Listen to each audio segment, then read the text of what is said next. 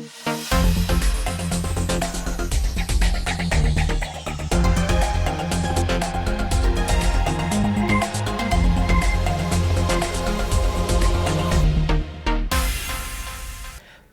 добар ден. Гостин во неделното интервју на Радио Слободна Европа е председателот на партијата Алијанса за албанците, господинот Зиједин Села. Господине Села, во изминатиот период е актуелна најавата за владина реконструкција. Што мислите, од каде треба да почнат промените во извршната власт? Јас веќе одамна сум го кажал моето мислење. На Македонија требаат предвремени парламентарни избори. Само преку еден изборен процес може да се променат работите и да се движат кон правата насока во Македонија. Сите аргументи дека не е време, бидејќи нели очекуваме датум за Европска унија и така натаму, се аргументи кои имат за цел за да го држат статуското во ова општество. Ако имаме предвид дека една од најважните барања од Европската унија се реформите во правниот систем, во СЈО и така натаму, тогаш веќе ќе заклучиме дека причината зошто ние можда и нема да добиеме датум е фактот што ДУИ е внатре во коалиција со СДСМ и тој е факторот кој оневозможува да се случуваат вистински реформи од правниот аспект тука во Република Северна Македонија. И имајќи предвид дека изборите конечно ДУИ ќе ја врати демократијата кај албанското општество и ДУИ ќе си замине во опозиција, мислам дека предвремените парламентарни избори ќе го забрзат процесот на зачленување на Северна Македонија во НАТО, во Европска унија. Според вас, од кого треба да почне метлата? Како прво, метлата беше само начин за да дава надеж премиерот господинот Зоран Заев до гласачите, претежно кај албанското гласачко тело, дека вистина ќе почне да функционира правниот систем. Тоа на некаков начин беше начин за да го придобие и опозициониот глас албански кај за вториот круг на председателски избори. Тука има една друга вистина. Албанците веќе и на сите им е јасно дека премиерот не е сериозен во изјавите кои ги кажува. Сите знаеа дека ништо нема да се случи од таа метла, како што сме сведоци и денеска дека ништо ќе нема од таа метла која се спомнува.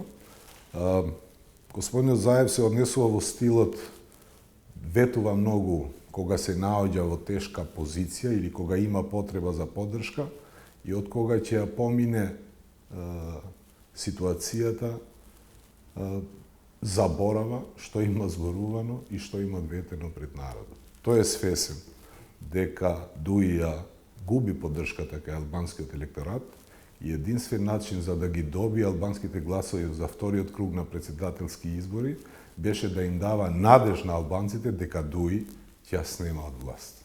И затоа се спомна таа метла. Сакате да кажете дека средбите на лидерите на СДСМ и ДУИ Зоран Заев и Али Ахмети во однос на најавената владина реконструкција се само фарса? Да, повеќе од јасно дека е фарса. Дали најавената владина реконструкција е можност за Алијансата за албанците за повторно да се врати во владата? Ние сме конзистентни како политичка партија. И кога донесуваме одлука, нашите одлуки се добро размислени. Ако не беше Алијансата за албанците, тој фактор кој ќе ги сменеше политичките работи во 2017 година, денеска немаше да имаме ниту НАТО, ниту ќе очекуваме датум за преговори и така натаму. Што добивме како ни вратија? Тотален некоректен однос од страна на премиерот во локалните избори 2017, после изборите и така натаму. А дали сега ние би се впуштиле во таква авантура пак? Не. Алијансата за албанците ќе биде дел од власта кога ќе ги победи изборите, парламентарните избори. Сега не гледаме причина за да се вратиме и да бидеме дел од тоа власт.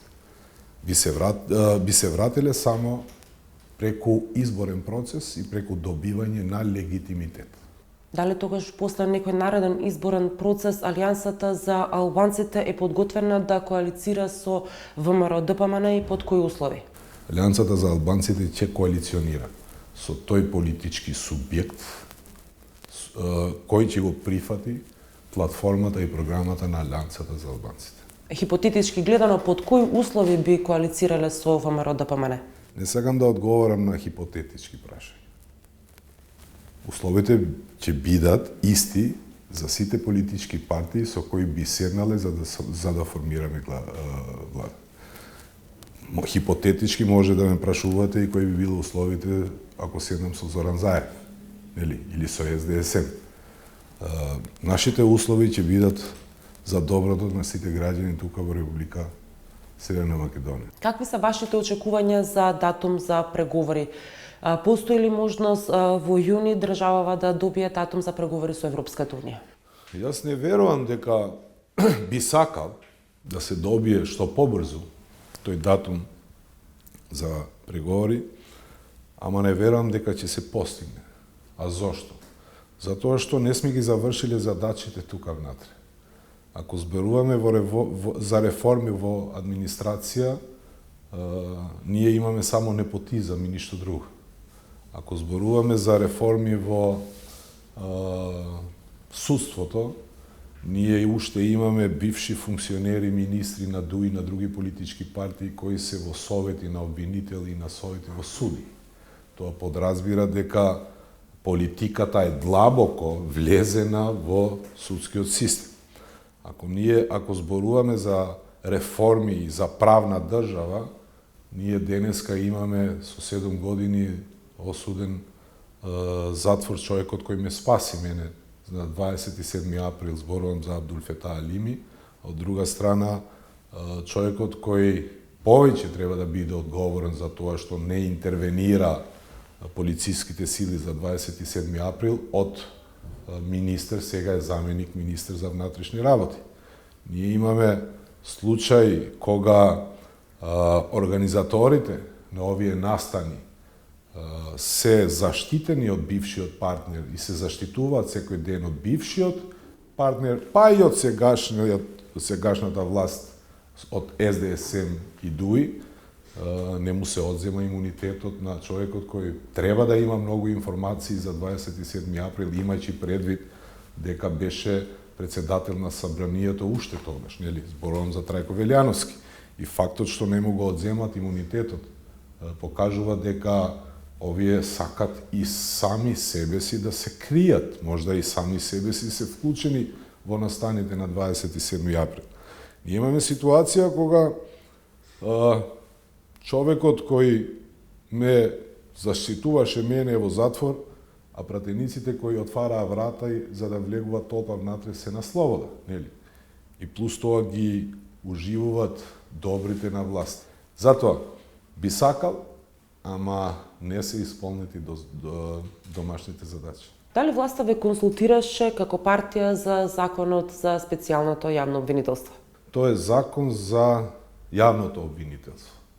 И не се работи за закон кој ќе го става во функција пак СЈО, него се работи за закон кој има за цел да го прекине функционирањето на специјалното јавно обвинителство, без тоа специјално јавно обвинителство да ја заврши задачата.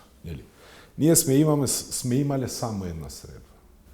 Беше јавно тука во собрание и тоа беше пред да почнат председателските избори со премиерот и министерот за правда. И ние ги дадовме нашите забелешки. По се изгледа средба ќе има ако господинот Заев не успее со ВМРО ДПМН за да постигне некаков си договор.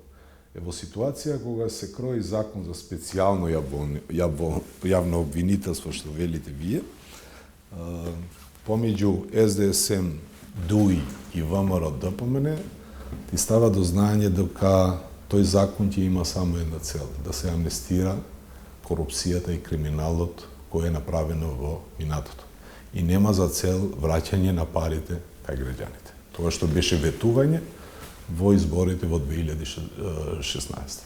Во дел од медиумите се појави информација дека случајот Алфа, кој што се однесува на убиството кај ПМФ, може да биде дел од вашите услови за поддршка на законско решение за специјалното јавно обвинителство. Дали е ова точна информација?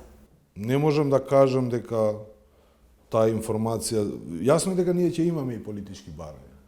А политичките барања ќе бидат во насока за да се врати правниот систем и неправди кои се направени во минатото треба да се разгледуваат. Не е само тоа, не е само случајот Алфа. Тука е и случајот Алмир, нели? Тука е и случајот на Абдулфета Алими и многу други политички монтирани процеси. Не можеме ние да се покажеме дека веќе даваме крај на монтираните политички процеси преку решавање на едни и преку монтирање на други нови политички случаи. Треба да има одговорност за тие што го монтира овој и другите политички процеси. Ви благодарам за разговорот. Благодарам на вас. Вам, почитувани, ви благодарам што го следевте неделното интервју на Радио Слободна Европа. До гледање.